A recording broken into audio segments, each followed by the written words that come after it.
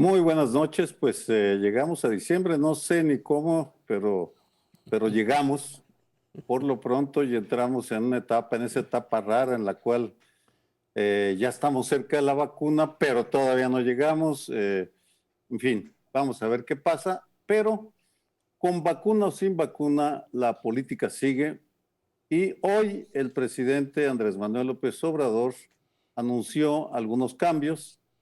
Sale Graciela Márquez, secretaria de Economía, se va al INEGI, no está claro todavía eh, con qué cargo, y entra Tatiana Cloutier a la Secretaría de Economía.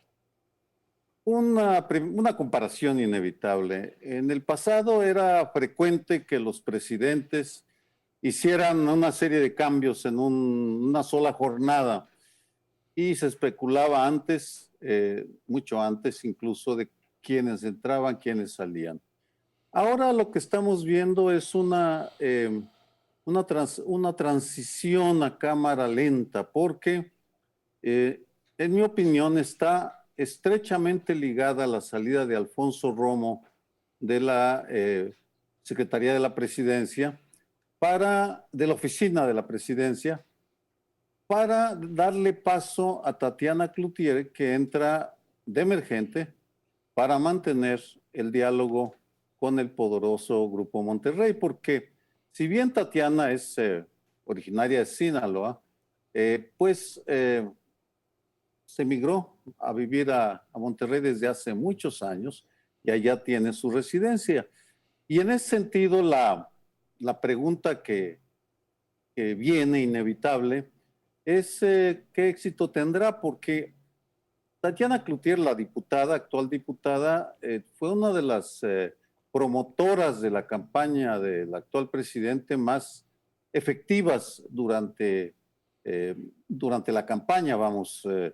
Estaba presente en medios, era atractiva, y luego ya como diputada ha tenido la capacidad de ir diferenciándose del resto de sus compañeros diputados y diputadas para mostrar que ella piensa diferente en un buen número de temas.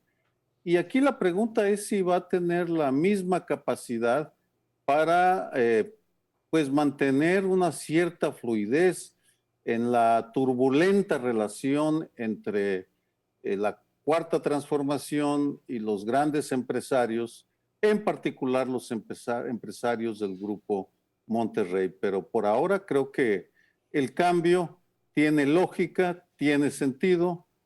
Sale Romo, cambia de posición Graciela Márquez y entra Tatiana Cloutier a la polémica área de economía.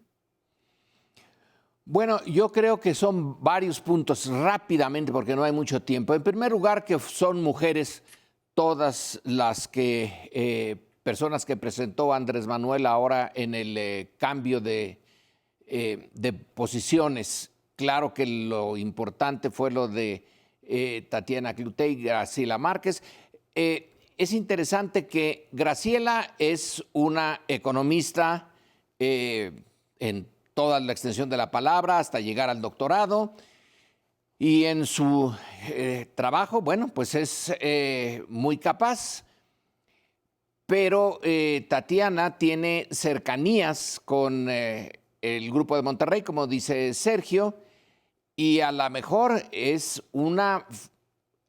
está intentando darle un vuelco a la política económica. Yo no veo todavía muy bien cuál es el gran proyecto de largo plazo de la economía de la Cuarta Transformación. Sí entiendo todo lo que ha hecho, dónde se gasta ahora el dinero, pero el proyecto no solamente para este sexenio que le quedan 4 años, sino planeando en largo, me queda un poco oscuro. A lo mejor ahora lo vamos a tener más claro. Y me quedo con esto. Tatiana no es economista. Ella es, en este caso, ¿cómo entra? Pues entra como política, no como especialista en economía. Eso significa que le van a dar un giro distinto al proyecto económico de la 4T? Lo dejo como pregunta. Yo quisiera poner eso de los cambios en el gabinete, estos dos en particular, pero ampliar un poco el espectro a lo que han sido estos 2 años del gobierno de López Obrador en términos de cambios de gabinete. Creo que para todos está claro que de las 3 características que suelen usarse para conformar los gabinetes, que son pues el conocimiento técnico, el criterio político electoral y el de la lealtad, el que ha prevalecido en este gabinete es sin duda el de la lealtad. No ha sido un hombre que se haya preocupado por el conocimiento o por la experiencia o por la capacidad de implementación de ciertos temas de política pública, sino que ha sido, lo ha dicho muchas veces, hace falta 90% de honestidad y 10% de capacidad. Me sorprende particularmente, digo, hay recambios naturales siempre en todos los gabinetes. Me sorprende el de Tatiana Cloutier porque no creo, como abrió Sergio el bloque, que economía, la Secretaría de Economía sea o debiera ser, aunque concuerdo con él que pareciera que por eso es el nombramiento, para hacer relaciones o buenas relaciones con los empresarios, ¿no? Pero es cierto, pues tiene ligas, viene de Monterrey, etcétera. Si analizamos en el más largo plazo o en los 2 años que llevamos, creo que ha habido muchas renuncias o muchos despidos, en un caso son unas, en otro otras, y hay básicamente 4 razones, ¿no? La primera es, pues, por diferencias, y ahí está Carlos Ursúa, ahí es de Hacienda, ahí está Germán Martínez por el Seguro Social, ahí está Víctor Toledo, y no sabemos bien, yo no sé cómo interpretarlo todavía, la de Alfonso Romo. Luego vienen las renuncias por elecciones, que está pues notablemente Durazo. También está David Monreal, que era director de ganadería de la Secretaría de Agricultura, y están pues más de 8 delegados o superdelegados que están buscando ser candidatos a gobernador. Y luego, finalmente está pues alguno por corrupción o que linde la corrupción, pues la secretaria que intentó o que paró un avión para poderse ella subir y no le pareció al presidente con toda la razón. Y finalmente los de austeridad, ¿no? Ricardo Peralta, el subsecretario de Gobernación, que dio tanto de qué hablar y que se dice que se fue por austeridad porque desaparecieron subsecretarías. Creo que hay, para mí las más importantes son las que se dan por diferencias, ¿no? Las otras como que son más clásicas de todo, y sí hay una cierta inestabilidad, sobre todo si sumamos también lo que yo he llamado un cierto desmantelamiento de la administración pública. Eso diría yo. Yo tengo la impresión de que algo raro sucedió en economía. Por supuesto, está la salida de Alfonso Romo hace unos días, una salida más cortés imposible, o sea, desayunando en mangas de camisa, el mensaje es se va pero no se va, como si fuera el Papa Juan Pablo II, aquí lo tengo, me va a seguir hablando, es una figura importante, y Graciela Márquez, digo, salvo que ustedes tuvieran información extraordinaria, se fue y no ha tenido ni mención en Twitter. O sea, no ha tenido, a diferencia de Jiménez Espriu, al que llamó hombre libre, ni ha tenido como Germán Martínez la oportunidad de renunciar con una explicación amplia, o la del propio Ursúa, ¿no? En este caso es una salida y no particularmente elegante. Irte de vicepresidenta del INEGI después de ser secretaria de Economía, yo creo que con los usos y costumbres de esta administración algo nos dice. Si no hay en las próximas horas una información clara en donde el presidente pues da las explicaciones, tienes un degradón de una mujer que ha, digamos, desde el inicio jugado un papel importante. El tema de Romo creo que tiene una enorme relevancia, pues por las discrepancias públicas que tuvo, manteniendo siempre, eso sí, la cortesía política.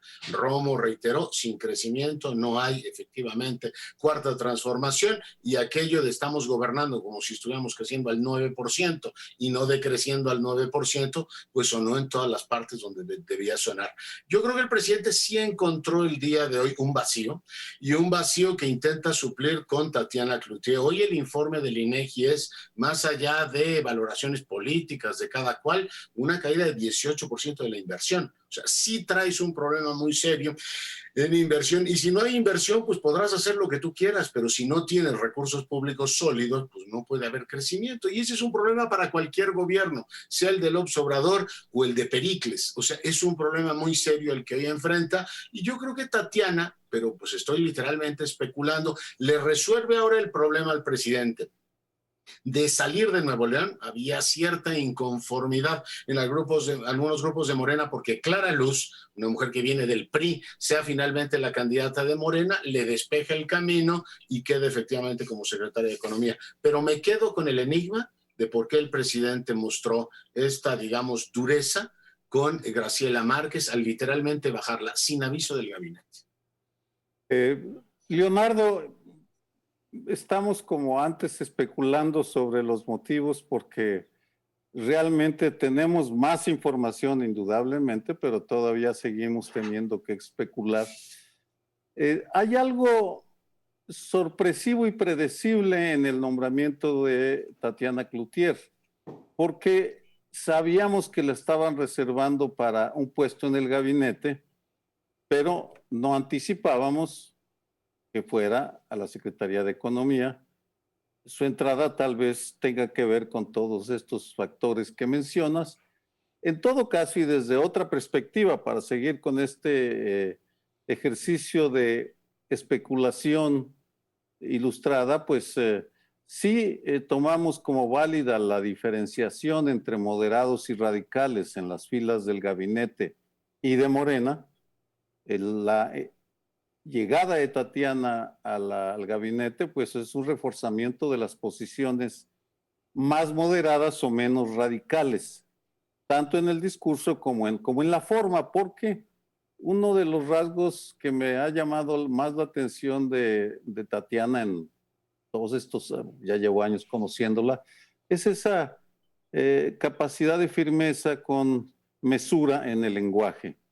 Es una política firme, pero que se mantiene firme y dice su opinión, pero intenta no chocar abiertamente, vamos, no es toda proporción guardada un Fernández Noroña en la parte femenina, sino es ella misma. Vamos a ver qué. Márquez era moderada también, ¿no? Era moderada, pero tenía menos visibilidad pública. Estaba más en el campo de las técnicas bien formadas que hacían un trabajo complejo. Aquí es evidente que Tatiana va a hacer un ejercicio político de mantener en paz las relaciones con las relaciones del Grupo Monterrey con la Cuarta Transformación. Claro que Graciela es una economista formada en eso, en lo suyo, en economía. Yo la conocí como, entre otras cosas, como coautora de un capítulo que tenemos en un libro, y de su parte económica no tengo duda. Ahora, si Tatiana no es economista, entonces, cierto, el mensaje es político. ¿Quién va a dirigir ahora el proyecto económico? Una posibilidad es que el presidente lo tome más para sí mismo, porque ese es un tema centralísimo, hacia dónde va el proyecto, el gran proyecto de la 4T. Nunca ha estado en manos de una sola secretaría el proyecto económico, pero creo que tiene toda la razón Lorenzo cuando dice, y a mí me recuerda a los escritos de Gabriel Said de la economía presidencial y demás, pero Andrés Manuel López Obrador es el único que es la única voz, el único que define, el único tomador de decisiones en materia de economía. No, no me parece que debió haber sido un nombramiento político para apaciguar, digamos, si es que esto apacigua, o para mejorar las relaciones con el sector privado. Me parece mal. Creo que nos tenemos que ir porque ya se termina este segmento. Espérenos, tenemos otros igualmente importantes. Imposible seguir engañándonos y no se puede eludir el tema. las elecciones intermedias del 21, aunque todavía faltan 6 meses, sí, casi 7 para ellas, pues ya están entre nosotros, y buena parte de las decisiones políticas en términos del gobierno, en términos de los partidos de oposición o del gobierno, ya están todas matizadas por lo que será la elección más importante, ya se ha dicho una y otra vez. ¿Y qué es lo que encuentran los partidos de oposición? Pues encuentran una debilidad enorme, un gran desprestigio de estos partidos que viene de atrás, tuvieron su turno en el gobierno y decepcionaron tanto el PAN como el PRI en su regreso. No hubo reformas una vez que perdieron ellos, ya fueran las intermedias o ya fueran las presidenciales, y se encuentran con con unas encuestas que creo que en términos generales pintan bien lo que pensamos los ciudadanos en términos de preferencia, y se ven, pues el que más alto se ve con alrededor de 15-17%. Entonces se dan cuenta de que solos no van a ningún lado, y pues lo que pasa en política, en México y en todo el mundo, deciden juntarse y olvidar momentáneamente sus agravios. Digo momentáneamente en dos sentidos. Momentáneamente porque tienen, según ellos, un bien a tutelar que es mayor, que quiere decir que no siga teniendo Morena el dominio de la Cámara de Diputados, nada más vamos a elegir diputados, y también en el sentido de pues hacer un papel medianamente diría yo, decente en las próximas elecciones. Entonces, digo también momentáneamente, porque no sabemos qué pase, ya se anunció, incluso México Libre de Margarita Zavala y Felipe Calderón entran, ya se anunció que van en alianza, pero yo pago por ver qué va a ocurrir en el momento de tener que decidir por un candidato a otro.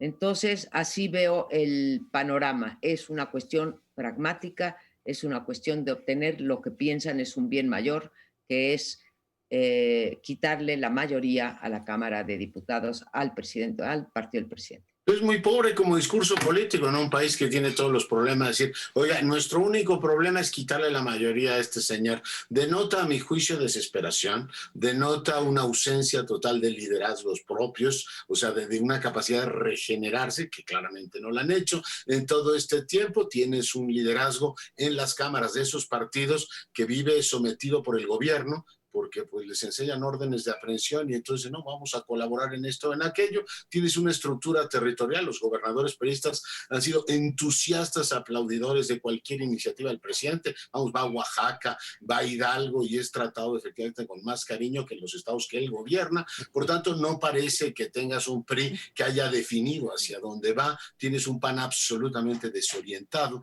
tanto en lo que son, digamos, sus grandes valores, ahora unirse con el PRI, y tú dices, se han pasado su vida diciendo que eran punto menos que la escoria de esta nación y ahora resulta que se unen. Yo creo que es bastante infecundo, denota desesperación y por supuesto no augura nada bueno. El decir que tú haces política simplemente por contener una mayoría absoluta del presidente, que puedo entender que en el contexto actual pueda efectivamente para algunos serlo, es duro. Margarita Zavala hoy en su texto del Universal dice, hace falta mucha valentía para ir a las alianzas, no sé al lado de quién la vayan a poner, pero ya de entrada, antes de que empiece, el cortejo ya está tapándose las narices, diciendo quién sabe con qué, ¿cómo les llamaba Fox? Sabandijas o no sé cuántas cosas más les toca hacer. Yo creo que es una mala idea, denota efectivamente desesperación y futbolísticamente lo diría, es como Brasil contra el resto del mundo, ¿no? Es decir, como nadie puede competir con Brasil, entonces unámonos todos a ver si hacemos con el traje de Arlequín, es decir, un montón de parches, algo medianamente creíble. A mí me parece infecundo y muy poco prometedor, ¿sí? Está bueno eso del Arlequín. Decía María Amparo que momentáneamente van a olvidar sus diferencias. Pues yo no creo que momentáneamente, porque las olvidaron hace ya mucho tiempo, hace muchísimo tiempo que las diferencias entre PRI, PAN y PRD dejaron de existir. Ya cuando se llega al Pacto por México en diciembre de 2012, ¿cuáles diferencias Y esto no es más que la continuidad de algo que viene de muy atrás y que ahora sí se hace ya más expreso. Queremos detener la política del presidente, pero falta que nos digan, o no sé si ustedes piensen distinto, ¿para qué lo quieren detener? Es decir, ¿cuál es el objetivo? Si nada más es detenerlo, bueno, pues entonces para que nosotros sigamos en donde estamos, en ese statu quo, en donde una clase política ya bastante desprestigiada sigue absorbiendo recursos y viviendo más o menos una vida de grandes dirigentes. Pero más allá de eso, ¿cuál es el objetivo que pueden tener en el largo correr del, bueno, ni tan largo, en el mediano plazo? Así que yo creo, María Amparo, es mi humilde opinión, que eso de olvidar momentáneamente las diferencias, ya las olvidaron, ya no saben ni cuáles son. Más bien tienen ya una sólida comunión de intereses estrictamente de permanecer por lo menos donde están. Y si se puede avanzar un poquito, bien, pero no hay un proyecto común. Bueno, no hay un proyecto común, no sé si el presidente López Obrador estaría de acuerdo contigo, ni tiene por qué estarlo, pero el proyecto común, bueno, se ha dicho una y otra vez que a México el propio López Obrador lo ha gobernado el PRIAN, ¿no? Entonces, en efecto, pues sí hay un proyecto político o un proyecto más similar, un proyecto similar entre el PRI y el PAN, distinto al de Morena. A mí el motivo, o sea, que denota desesperación, desde luego que denota desesperación, pero y en ese sentido la crítica que hace Leonardo es válido, pero no nos olvidemos que la política es así, y es así otra vez en México y en el mundo. De repente los republicanos y demócratas se unen para ciertas cosas en el Congreso y de repente en Inglaterra, bueno, pues lo hemos visto en elecciones que se juntan el agua y el aceite, o en Chile que se juntaron pues la izquierda y la derecha. El motivo que es, digamos, el motivo que está detrás de esta alianza del PRI-AN y el PRD y ahora México Libre, me parece un motivo válido desde la perspectiva política de ellos. No les gusta la política de López Obrador, no les gusta estar en una posición minoritaria que ni aún juntos en el Congreso son capaces de parar una iniciativa, más que si es de reforma constitucional, y ahí apenitas. Y bueno, la única manera de frenar un proyecto con el que no están de acuerdo es unirse y hacer una coalición. Entonces, pues ese es el motivo, y así es la política, ¿no? Se unen los contrarios para lo que ellos consideran, insisto, un bien mayor. Una primera reacción a lo que dijo Lorenzo. Lorenzo, no seas tan severo con ellos. Pues quieren chamba, quieren tener trabajo. ¿Te los imaginas solicitando empleo en las universidades con las pocas plazas que hay? Vamos. Y sí, María Amparo, tienes razón en cierto sentido, pero lo que llama la atención es la enorme pobreza en los planteamientos que están haciendo. Tú dices, Partido Republicano y Demócrata, tú estás viendo cuerpos de pensamiento. El de los conservadores podrá ser todo lo absurdo que querramos, pero tiene una consistencia interna. Sí. El de los demócratas también. Aquí la única consigna, el único estandarte es preservar la chamba y preservar las curules y quitarle la mayoría al presidente. Quitarle la mayoría. Bueno, en fin, es un fin en sí mismo. Vamos a ver qué pasa. En ese sentido, dos comentarios finales. Me llama la atención la audacia de Movimiento Ciudadano, que es el partido que decidió ir solo, que le apuesta por la soledad para diferenciarse. Vamos a ver si lo logran hacer o no, pero prefiero no opinar por el momento, sino ir a un rasgo muy del siglo XXI mexicano, la ausencia de los intelectuales orgánicos en los partidos o los grandes movimientos, vamos. ¿Dónde está el Jesús Reyes Heroles del PRI o el Castillo Peraza del PAN o el José Revueltas de la izquierda extrema o Alberto Castillo ya de la socialdemocracia o Rincón Gallardo, Alberto Castillo? Gentes que tenían planteamientos doctrinarios, programáticos, de gestión pública, que daba gusto leerlos para rebatirlos o para estar en acuerdo. Ahora lo único que nos dicen, vénganse, voten por nosotros porque queremos quitarle la mayoría al presidente. Punto. Porque el presidente quiere instaurar una dictadura. En fin, qué pésimos analistas tenemos. Yo la verdad es que tampoco me hago demasiadas ilusiones sobre el debate público y las grandes formulaciones intelectuales. Las elecciones son mucho más de pasiones y cuestiones que tienen que ver con, digamos, equilibrios que un debate pues muy abierto.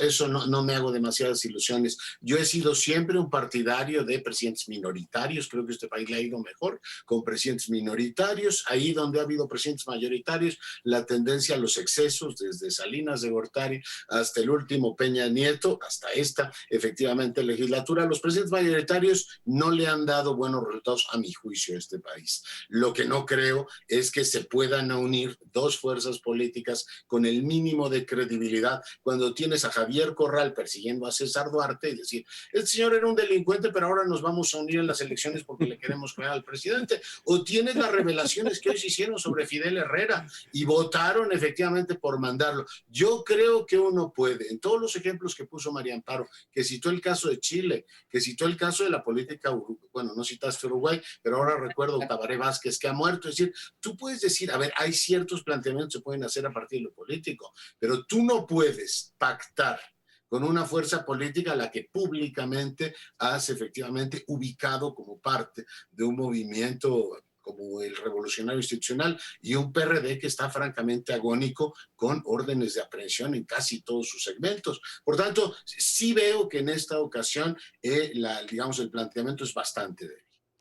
Pues no hay otros partidos, Leonardo, pues todos son así de corruptos. Con eso tenemos que arar. Hay peores, ¿eh? Con esos bueyes. Pero ya se nos termina el tiempo y espérenos para la siguiente ronda de opiniones. Bueno, y en este siguiente bloque les propongo que sigamos con el tema de las alianzas y pues en la perspectiva electoral del año próximo. Ya hablábamos de la coalición opositora, ahora les propongo que revisemos cómo está Morena y sus aliados. Morena ha dejado ya atrás, aunque no del todo, la disputa por la dirigencia. Porfirio Muñoz Ledo sigue efectivamente poniendo el dedo sobre la llaga, pidiendo una investigación más profunda, pero en términos generales se ha sentado ya Mario Delgado como dirigente y ha empezado pues a negociar las candidaturas. Este fin de semana hubo efectivamente pues llegada de muchos dirigentes, algunos siguiendo el viejo ritual de las camionetas blindadas, las gentes que te ayudan efectivamente a llevar hasta el saco, es decir, el viejo ritual del político mexicano que en plena cuarta transformación no se logra desterrar, pero define dos grandes líneas que pongo a su consideración. Por un lado, el método de las encuestas. Morena no solamente no ha tenido el proceso de institucionalización como partido, sino que apuesta efectivamente por las encuestas como método para selección de sus candidatos. Y es sabido, aunque uno no sepa más que eso, que en las encuestas figuran o los políticos de más rodaje, los que tienen más kilometraje, o los que reparten más dinero, o los que salen más tiempo en televisión, o sea, billete, spot o tiempo. Los nuevos liderazgos es muy difícil que se vayan formando efectivamente con un mecanismo de selección de candidatos de esa manera, pues porque no tienen naturalmente forma de competir con Félix Salgado Macedonio, que es el consentido de los medios, no por las razones analíticas, ni las grandes tesis programáticas, ni contra Feuerbach, ni contra nadie, sino por las barbaridades que dice. Y hoy encabeza las encuestas para ser candidato de Morena al gobierno de Guerrero. Por lo tanto, tenemos un problema muy serio que en algún momento el partido de la mayoría tendría que discutir, al ser ahora un partido hegemónico, si estos mecanismos no hacen pues una perpetuación de esas élites. Lo segundo es la definición de sus socios, y esta ha venido dándose de manera selectiva. Van a ir con lo que resta de la maestra, o sea, todo el partido de la maestra. Con el Verde Ecologista van a tener, digamos, alianzas selectivas. No la lograron pactar en el caso de San Luis Potosí. Y bueno, pues han logrado efectivamente con el PT y el partido el PES una alianza más o menos general. Pero en estos momentos, pues Morena ha decidido efectivamente que su futuro se define a través de las encuestas, y ahora veremos cómo equilibran el tema también de las mujeres. ¿Cómo ven ese frente?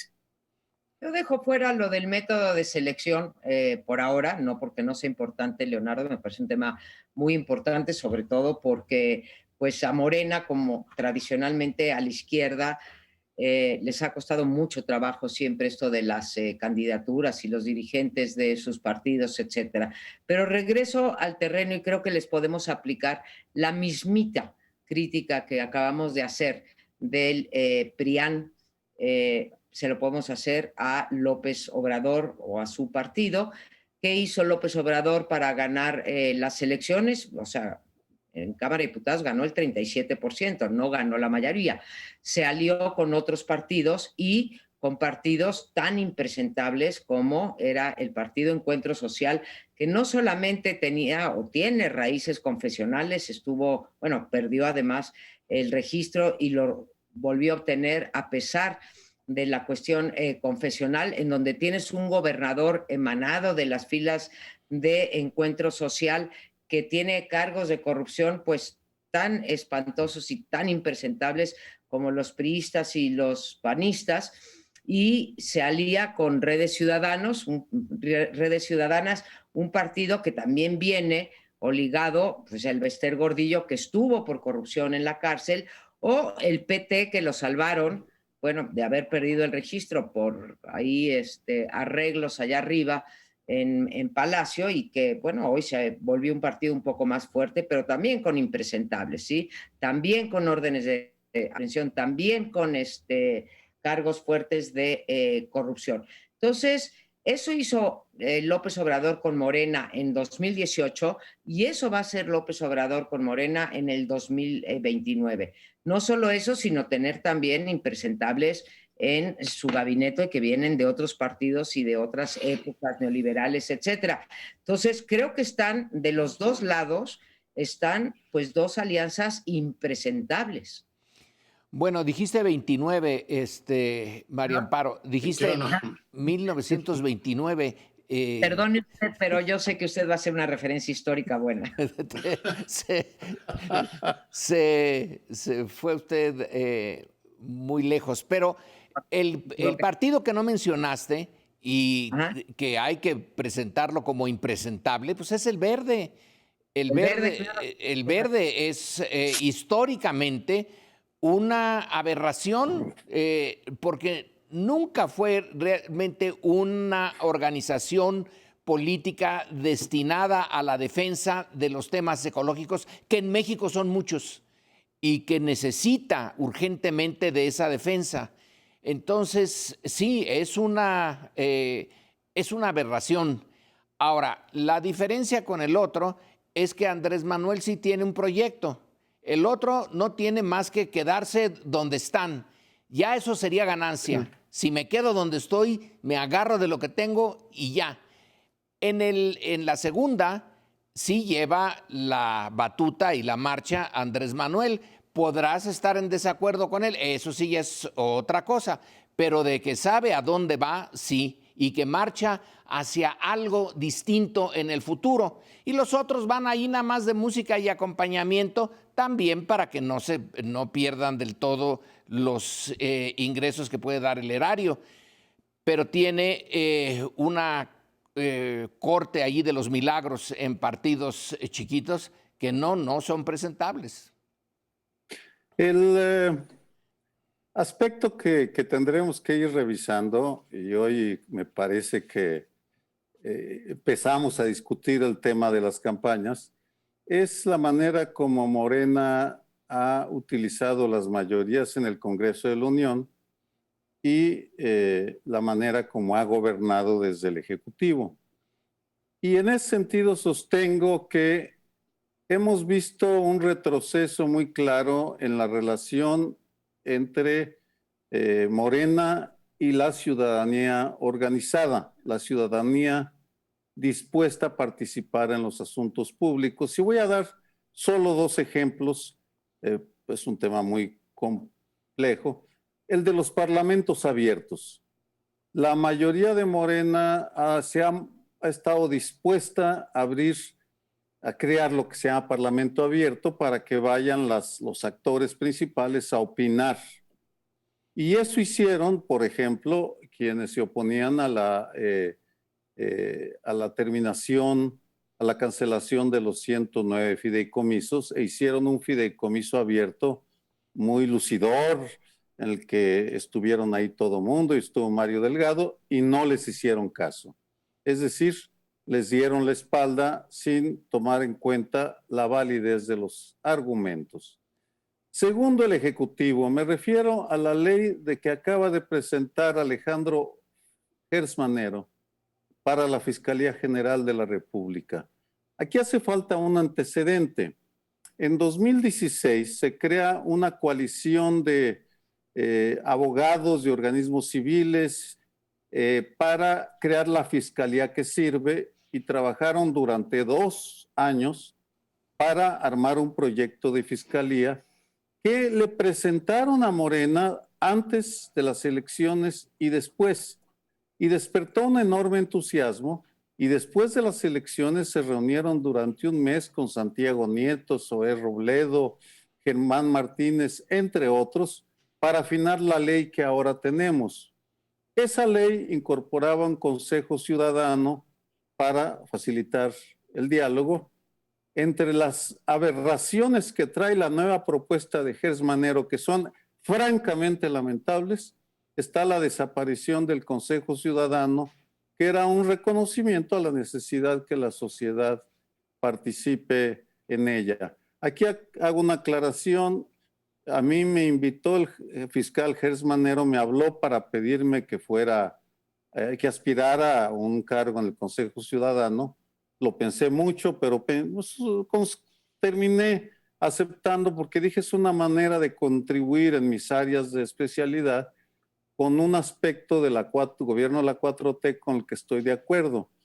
Bueno, no tuvieron la cortesía de avisarnos que iban a borrar de un plumazo. Estaban Elena Saola, Ana Laura Magaloni y Santiago Corcuera. Nos echaron, nos dieron el portazo sin siquiera avisarnos que no íbamos a ser considerados por el Senado.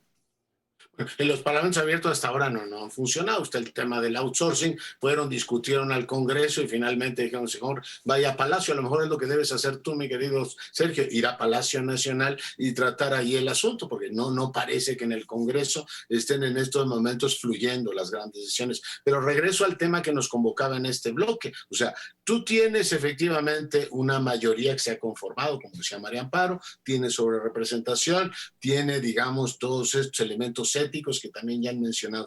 Pero yo retorno al tema de la selección de candidatos, porque no hay manera, colegas, de reformar un sistema político. Hablábamos de la opositora y hablo de la gubernamental, si no hay un modo diferente de selección de candidatos. En la opositora, ¿qué hicieron? Pues como un montón de señores en el casino dicen, estoy preocupado, ahora ¿a quién le toca? ¿A ti o a mí? Y solo se ven a ellos. Morena reitera por sus liderazgos. ¿Y quiénes van a ser electos como candidatos? Los que reparten dinero, los superdelegados, los populares o los viejos caimanes. No hay manera de tener un efecto como el que tuvo el Partido Demócrata con el tsunami de las Ocasio, Cortés y compañía, si no cambias el modelo de reclutamiento de los candidatos. Este modelo por el que ha optado Morena es por dejar las cosas como están y bueno, lamentablemente no tienes una oxigenación de nuevos liderazgos en la sociedad, ni por la vía de la oposición ni por la vía del partido del gobierno. Mi punto de conclusión sería, si se afirma que es pobre, que es desesperado y que es perverso lo que lleva a la alianza de los partidos en la alianza opositora, Lo mismo tenemos que decir de la alianza gubernamental.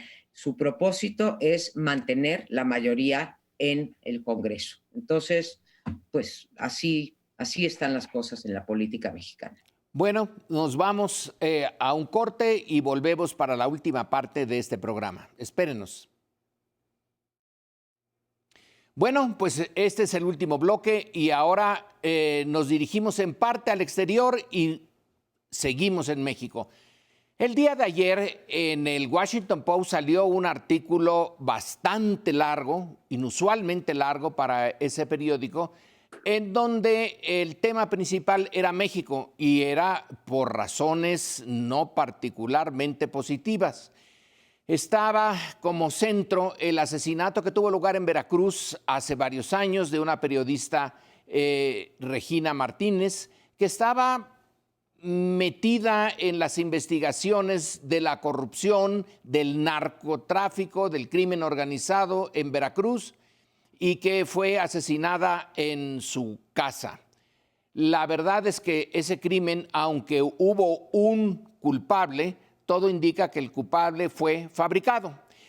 Pero hete aquí que en vez de que ocurra lo mismo que ha ocurrido con otros decenas, centenas de periodistas asesinados, en esta ocasión una organización internacional ha decidido tomar ese caso y seguirlo investigando como lo hubiera seguido Regina.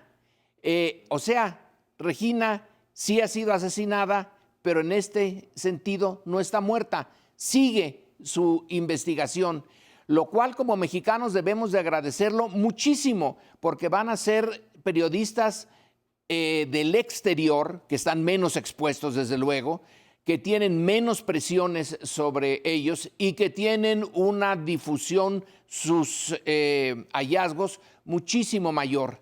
Esperemos que en el caso de Regina esto lleve a profundizar, y en la profundización, no es sorpresa para nadie, hay exgobernadores de Veracruz a los cuales se les está investigando en sentido muy profundo, así que creo que es una buena noticia dentro de lo malo que es tener tal cantidad de periodistas asesinados. Ese es el tema de esta última sección.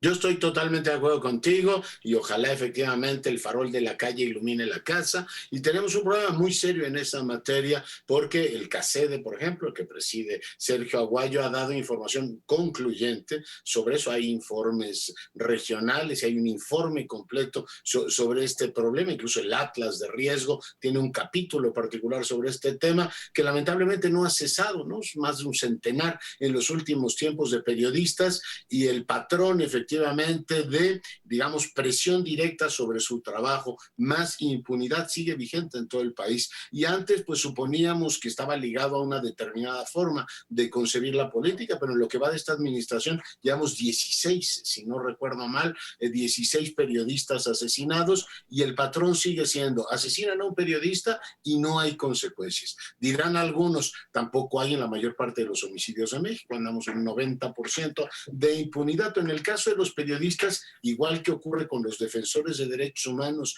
y los defensores de medio ambiente, tiene un significado muy particular. No se ha logrado que en México ni la Comisión Nacional de Derechos Humanos, que ha pasado una especie de eclipsamiento en este último año, yo no sé si se tomó un sabático la presidenta de la comisión, pero no está presente efectivamente en el debate con estos asuntos, ni en el ámbito legislativo, y el Ejecutivo ha disminuido su presencia y su presupuesto, incluso la agenda pública para discutir este tema ha perdido como perfil. Por tanto, no puedo más que efectivamente aplaudir el que colegas del exterior retomen este asunto, le den un releve. Aquí en México ya se había desgastado un poco la numerología y decían, bueno, sí, la estadística, uno más, hay más muertos que en Siria o en Afganistán.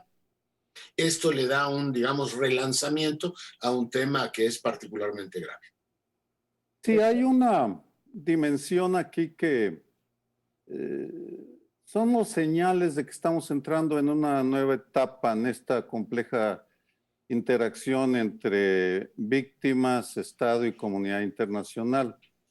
Lo que yo estoy observando en múltiples ámbitos es que ante la indiferencia, la falta de eficiencia y de compromiso de la Cuarta Transformación frente a las víctimas, lo que estamos viendo es que las víctimas buscan fuera los apoyos que no obtienen dentro.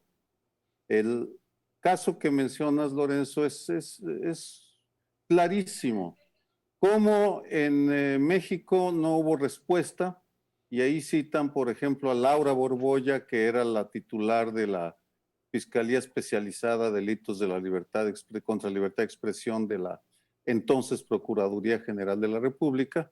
Pues entonces los periodistas buscan en otros lados cómo van a hacer para protegerse. La Comisión Nacional de Búsqueda, hoy en una entrevista que le hacen a Carla Quintana, reconoce pues que quienes están haciendo la tarea de buscar a los desaparecidos son las víctimas, las madres, los padres que agarran las palas y las cubetas y se van a buscar ante la inoperancia del Estado mexicano.